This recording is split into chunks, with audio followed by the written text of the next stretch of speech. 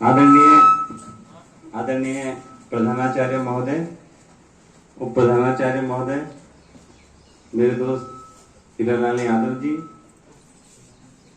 मेरे साथी कांतिलाल तोरनिया जी, सम्मानित अध्यापक साथी और प्यारे बच्चों,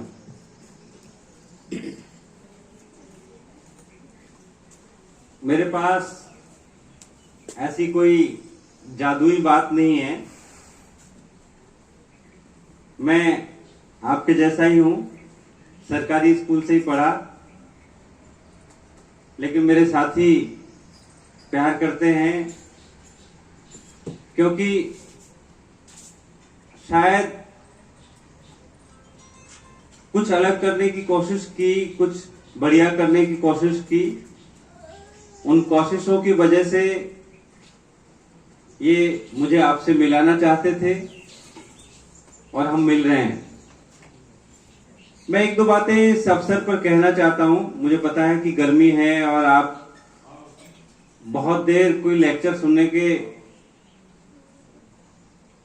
मूड में नहीं दिख रहे हैं, लेकिन फिर भी मैं कुछ एक दो बातें, चूंकि इस इलाके में जो मैंने देखा, जो महसूस किया कि हम सब अक्सर क्या करते हैं, हमारी कमजोर पृष्ठभूमि को हमारी कमी मान लेते हैं कि हम तो एक छोटे से गांव के हैं, एक किसान परिवार के बच्चे हैं, हमारे पास बहुत पैसे नहीं है, हम बड़े स्कूलों में नहीं पढ़ते, हम इंग्लिश भी कम जानते हैं।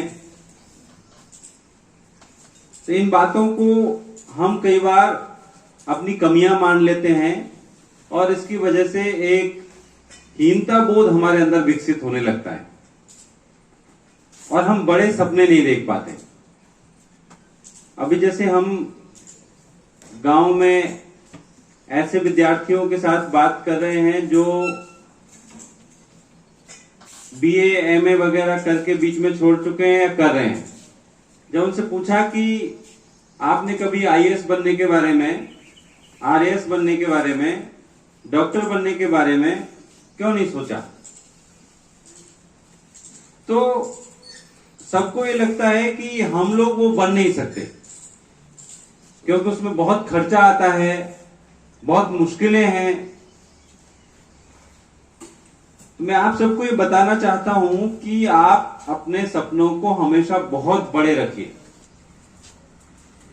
आप आईएएस बन सकते हैं, कलेक्टर बन सकते हैं, आरएएस बन सकते हैं, डॉक्टर, इंजीनियर या जो कुछ भी दुनिया में जो कुछ भी है वो सब कुछ आप हासिल कर सकते हैं। कुछ भी असंभव नहीं है और उसके लिए अतिरिक्त संसाधनों की भी आवश्यकता नहीं है।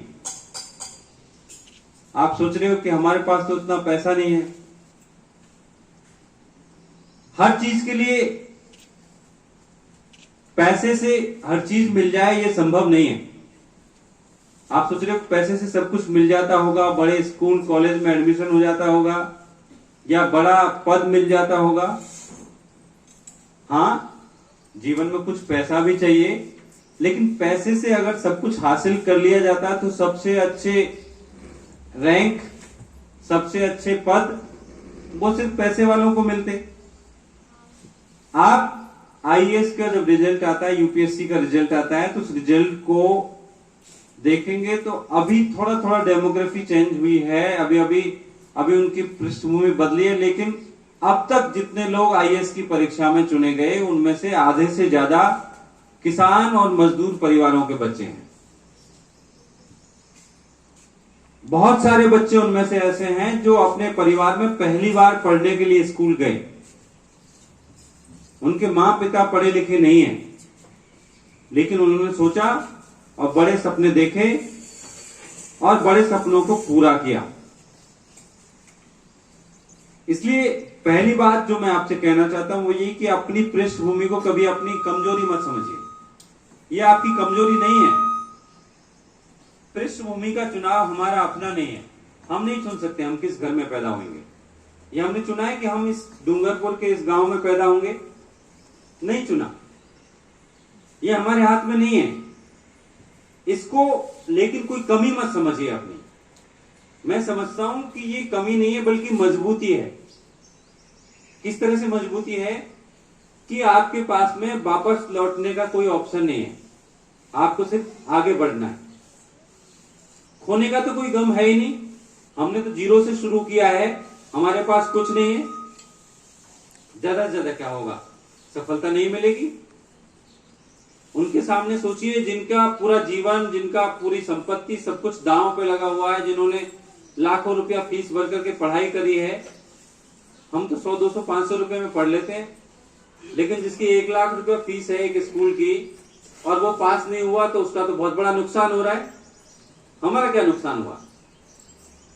हमारे पास संघर्ष के अनुभव हैं। हम तो मेहनत करना जानते हैं, अपने माँ बाप से हमने सीखा, मेहनत के अलावा हम कुछ नहीं जानते। मेहनत करके हम सब कुछ हासिल कर सकते हैं। और ये जो मेहनत की पृष्ठभूमि है, संघर्ष की पृष्ठभूमि है, ये हमारे लिए प्रेरणा का काम करती है। कितनी बड़ी से बड़ी परीक्षा हो, बड़ी से बड़ी मुश्किल हो, उसका समाधान हम निकाल सकते हैं, क्योंकि हमारे माँ बाप मेहनत करके अगर जमीन में से अनाज पैदा कर सकते हैं, खदान में काम करके हमारा परिवार चला सकते हैं, तो पढ़ाई क्या चीज है? पढ़ाई तो बहुत आसान है, बैठ करके पढ़ना ही तो है, किताबों को उलट पुलट तो करना है। आप अपने, जब मैं बीए के दिनों में पढ़ता था, साथ में गांव में भैंस भी चलाता था आपकी तरह, एक बार मुझे बहुत तेज प्यास लगी। मेरे पिताजी ने कहा कि बताओ पढ़ाई करना आसान है या ये खेती के काम करना आसान है? तो मुझे लगा पढ़ाई करना तो बहुत आसान है, बैठ करके पढ़ना है, कुछ करना ही नहीं है, खेत में दिन भर गर्मी में तपना नहीं है, भूखे प्यासे नहीं रहना, कुछ मेहनत नहीं करनी, बैठ के पढ़ना है। तो उस माँ बाप के संघर्ष के आगे आप सोचिए कि आपकी पढ़ाई तो कितनी आसान चीज है। हमेशा अपने माँ बाप के संघर्ष को, उस मेहनत को अपना प्रेरणा स्रोत मानिए। लोग कहते हैं कि आपका आदर्श कौन है?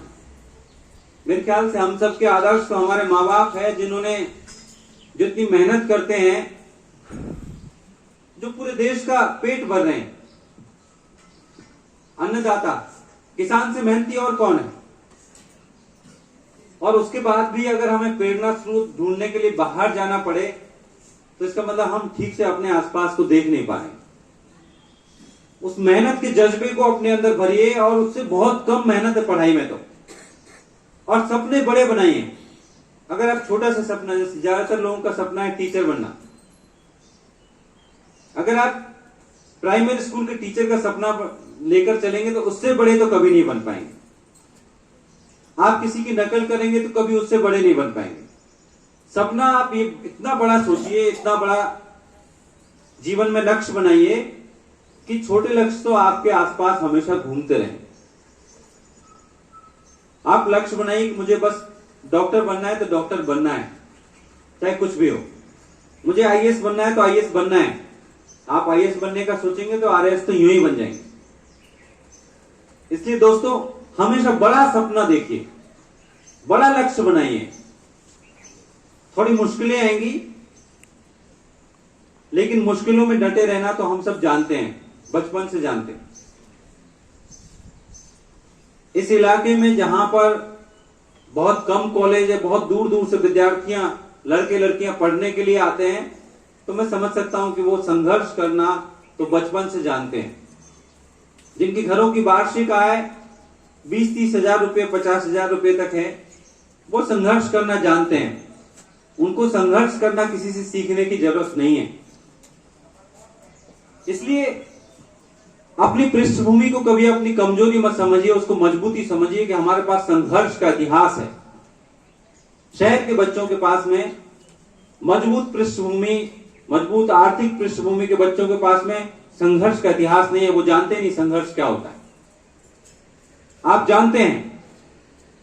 इस तरह से कई बार हम क्या सोचते हैं कि हमारे, क्योंकि हम अंग्रेजी में अक्सर कमजोर होते हैं, क्योंकि हम घर में, परिवार में आपस में अंग्रेजी में बात नहीं करते, हमारे अध्यापक भी ज्यादातर हिंदी माध्यम में ही अंग्रेजी पढ़ाते हैं, क्लास में हिंदी में बात करते हैं और उससे ही अंग्रेजी पढ़ाते हैं। तो इंग्लिश में हम जनरली कमजोर होते हैं और इंग्लिश में कमजोर होने पे हमारे अंदर एक हीनता बोध आ जाता है कि हमको अंग्रेजी नहीं आती, हम तो कुछ कर ही नहीं सकते। तो इसको मैं कहूंगा कि हाँ, भाषाएं सीखिए, एक से अधिक भाषाएं सीखिए, जितनी भाषाएं सीख सकते हैं, अंग्रेजी को जितना इंप्रूव कर सकते हैं कीजिए, लेकिन अंग्रेजी ना आना आपकी कोई कमजोरी नहीं है। अंग्रेजी की कोई पृष्ठभूमि नहीं है, हमारे घर में अंग्रेजी लोग नहीं बोलते तो हम कैसे अंग्रेजी सीखेंगे? लेकिन हम चाहें तो सीख सकते हैं। आप हमेशा विषय ज्ञान और भाषा ज्ञान के फर्क को समझिए। एक सब्जेक्ट नॉलेज है, एक लिंग्विस्टिक एम्पावरमेंट है, लैंग्वेज का नॉलेज है, इंग्लिश नॉलेज। हम अगर अपने विषय ज्ञान में, मान लीजिए जो बच्चे 11वीं 12वीं में हैं, वो political science, history, economics, geography या कोई साइंस पढ़ते हैं, वो साइंस और वो सब्जेक्ट उनको अच्छा आता है, सब्जेक्ट नॉलेज आपका स्ट्रांग है, तो कभी भाषा आपकी बाधा नहीं बनेगी। सब्जेक्ट नॉलेज पे फोकस कीजिए, लैंग्वेज भी साथ में आती चली जाएगी। अगर आपको कोई विषय बहुत अच्छी तरह से आता है तो वो विषय आप अंग्रेजी में भी पढ़ लेंगे, हिंदी में भी पढ़ लेंगे। कई भाषा को अपनी कमजोरी मत बनाइए।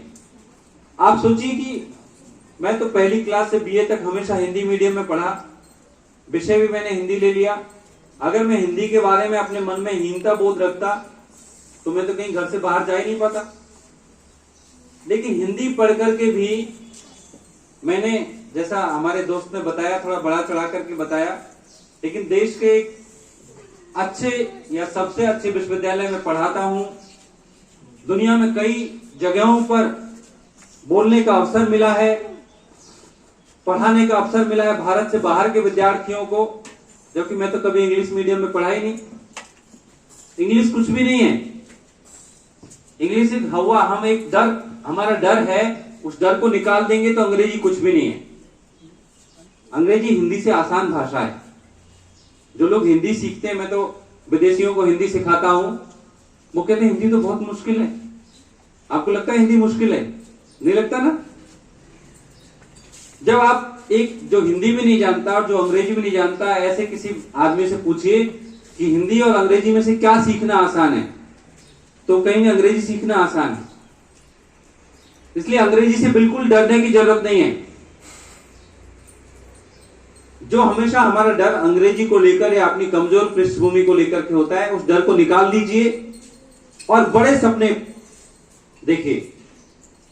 जो मुश्किलें हैं आपकी, कई बार होता है कि आपने कोई टेक्निकल एजुकेशन के कोर्स में एडमिशन ले लिया, आप डॉक्टर बनना चाहते हैं, तो फीस बहुत लगती है। तो इस तरह की मुश्किलों को सुलझाने का काम कुछ तो सरकार ने किया है, कुछ फेलोशिप्स, कुछ स्कॉलरशिप शुरू की है, छात्रवृत्तियां मिलती हैं। उन छात्रवृत्तियों से बात नहीं बनती तो आपके अग्रज और आपके अध्यापक इस काम के लिए हैं, हम सब इस काम के लिए हैं कि हम आपको ऐसा रास्ता दिखाएं जहां से आपका फीस का खर्चा निकल सके। जैसे दिल्ली में, जयपुर में आदिवासी बच्चों के लिए या गरीब बच्चों के लिए बहुत सारे हॉस्टल हैं, लेकिन वो गरीब बच्चे, आदिवासी बच्चे या लड़कियां, उनको पता ही नहीं चलता हमारे लिए हॉस्टल बनाया गया है। तो ये अग्रजों का, बड़े भाई बहनों का, अध्यापकों का काम है कि वो आपको बताएंगे कि आपको जो मुश्किलें आएंगी उनका कैसे हल निकालना है। या कई बार हमारे सामने मुश्किल होती है कि अच्छा हमने 12वीं पास कर ली, अब क्या पढ़ाई करें। सभी लोग बीए बीएड में एडमिशन ले रहे हैं, हम भी बीए बीएड में एडमिशन ले लेते हैं, टीचर बन जाएंगे। तो ये एक चुनौती है और इसके लिए मैं यहाँ के अध्यापक साथियों से, प्रधानाचार्य महोदय से निवेदन करना चाहता हूँ, बीच बीच में कैरियर काउंसलिंग को लेकर के, जैसे जो लोग सफल हैं, मान लीजिए कोई आईएएस बने हैं, आरएएस बने हैं या कुछ और मामले में वो सफल हैं, या जिनको आगे के अलग अलग क्षेत्रों की जानकारी है, उन लोगों को बुला करके उनसे विद्यार्थियों की बातचीत कराएं, इससे विद्यार्थियों को पता चल सके कि अच्छा 12वीं की पढ़ाई करने के बाद में हमें कौन सा कॉलेज चुनना चाहिए, किस तरह का कोर्स करना चाहिए जिसमें फीस भी कम है और रोजगार की संभावनाएं ज्यादा हैं, या अगर फीस है तो फीस कहां से हम प्राप्त कर सकते हैं, कैसे मिलेगी वो फीस हमको। तो इस तरह की कैरियर काउंसलिंग की बातचीत से आपकी बाकी मुश्किलें भी हल हो जाएंगी।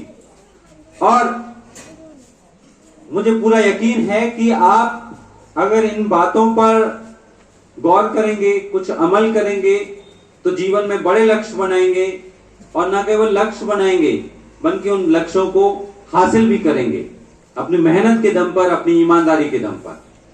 और मुझे पूरा यकीन है आप ऐसा कर सकते हैं। अपने अंदर वो जज्बा पैदा कीजिए, अपने अंदर वो चेतना पैदा कीजिए, और जब बड़े सपने आप देखेंगे और उसके लिए मेहनत करेंगे तो आपको लगेगा कि सारी परिस्थितियां आपके अनुकूल होने लगी हैं।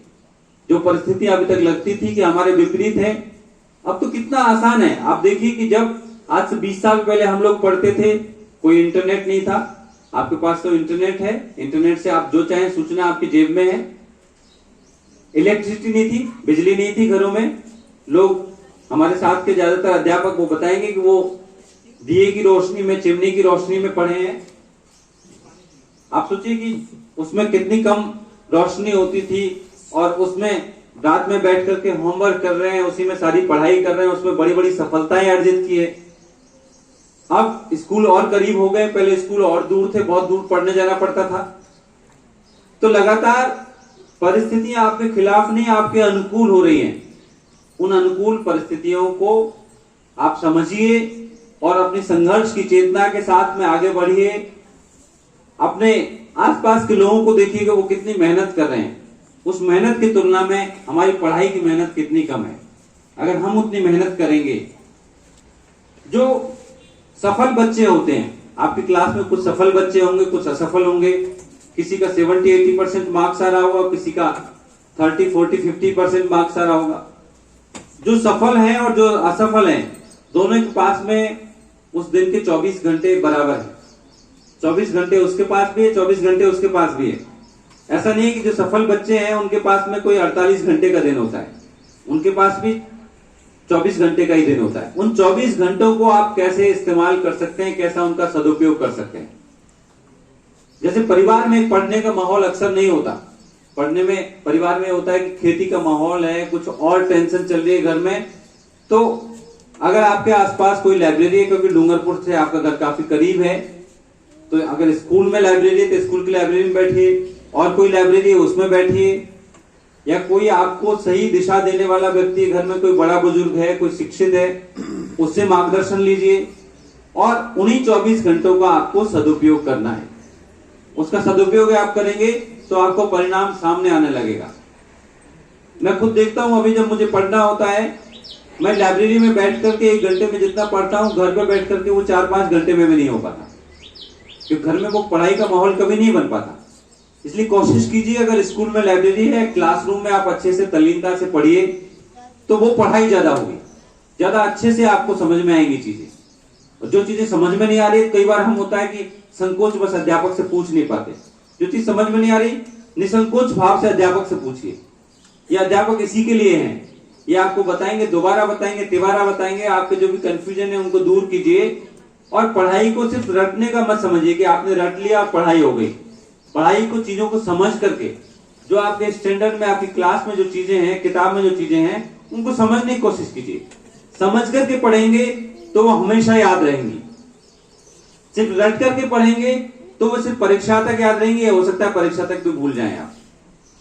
इसलिए कोशिश कीजिए कि चीजों को समझिए, आपस में बातचीत कीजिए, अपना एक ग्रुप बनाइए जो आपके जैसे सोच वाले लोग हैं, जिनके साथ आप मिलकर के याद कर सकते हैं, होमवर्क कर सकते हैं, चीजों को समझ सकते हैं। अध्यापकों से मार्गदर्शन लीजिए, और निश्चित तौर पर बहुत सारी संभावनाएं आपका इंतजार कर रही है, बहुत सारे सपने जो आपको देखने हैं, और मुझे पूरा यकीन है कि वो सपने आपके पूरे होंगे। और इस रास्ते में हम सब किसी मोड़ पर, किसी जगह पर आपके काम आ सके, तो मेरे ख्याल से ये हमारे जीवन की सार्थकता होगी।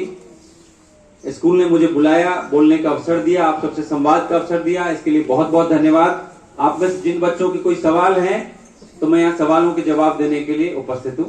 धन्यवाद।